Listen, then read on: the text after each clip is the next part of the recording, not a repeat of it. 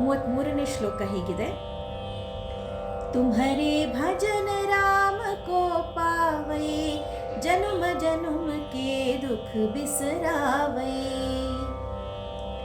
ಇದರ ಅರ್ಥ ಏನಂತಂದರೆ, ನಿನ್ನ ಪಾವನ ನಾಮವನ್ನು ಭಜಿಸುವವರಿಗೆ ಶ್ರೀರಾಮಚಂದ್ರನ ದರ್ಶನ ಲಾಭ ಉಂಟಾಗುವುದು ಹಾಗೂ ಜನ್ಮ ಜನ್ಮಾಂತರಗಳ ಪಾಪ ನಾಶವಾಗುವುದು. ಶ್ರೀರಾಮದೂತನೇ ನಿನಗೆ ನಮಸ್ಕಾರಗಳು. 34ನೇ ಶ್ಲೋಕದಲ್ಲಿ ಶ್ರೀ ತುಳಸಿದಾಸರು ಹೀಗೆ ಹೇಳ್ತಾರೆ: ಅಂತಕಾಲ ರಘುವರಪುರ ಜಾಯಿ ಜಹಾ ಜನ್ಮ ಹರಿ ಭಕ್ತ ಕಹಾಯಿ.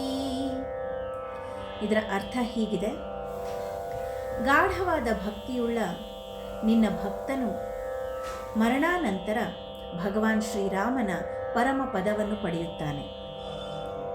ಇಲ್ಲಿ ಬದುಕಿರುವವರೆಗೂ ಅವನು ಭಗವಂತನ ಭಕ್ತನೆಂದು ಜನ ಆತನಿಂದ ಪ್ರಭಾವಿತಗೊಳ್ಳುತ್ತಾರೆ. ಓ ರಾಮ ಸೇವಕನೇ, ನಿನಗೆ ವಂದನೆ. ಈಗ 35ನೇ ಶ್ಲೋಕ: और देवता चित्तन धरई हनुमत सेई सर्व सुख करई.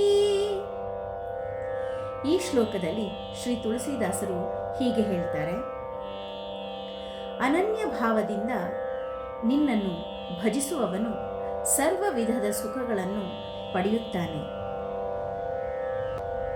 36ನೇ ಶ್ಲೋಕ ಹೀಗಿದೆ: ಸಂಕಟ ಕಟೈ ಮಿಟೈ ಸಬ ಪೀರಾ ಜೋ ಸುಮಿರೈ ಹನುಮತ ಬಲಬೀರಾ. ಈ ಶ್ಲೋಕದಲ್ಲಿ ತುಳಸಿದಾಸರು ಈ ರೀತಿ ಹೇಳ್ತಾರೆ: ಮಹಾಬಲಶಾಲಿಯಾದ ಹನುಮಂತನೇ, ನಿನ್ನನ್ನು ಭಜಿಸುವ ಭಕ್ತರು ಎಲ್ಲ ಸಂಕಟ ಮತ್ತು ಪೀಡೆಗಳಿಂದಲೂ ಪಾರಾಗುವರು. ಎಲೈ ಸಂಕಟಹರನೇ, ನಿನಗೆ ಪ್ರಣಾಮಗಳು.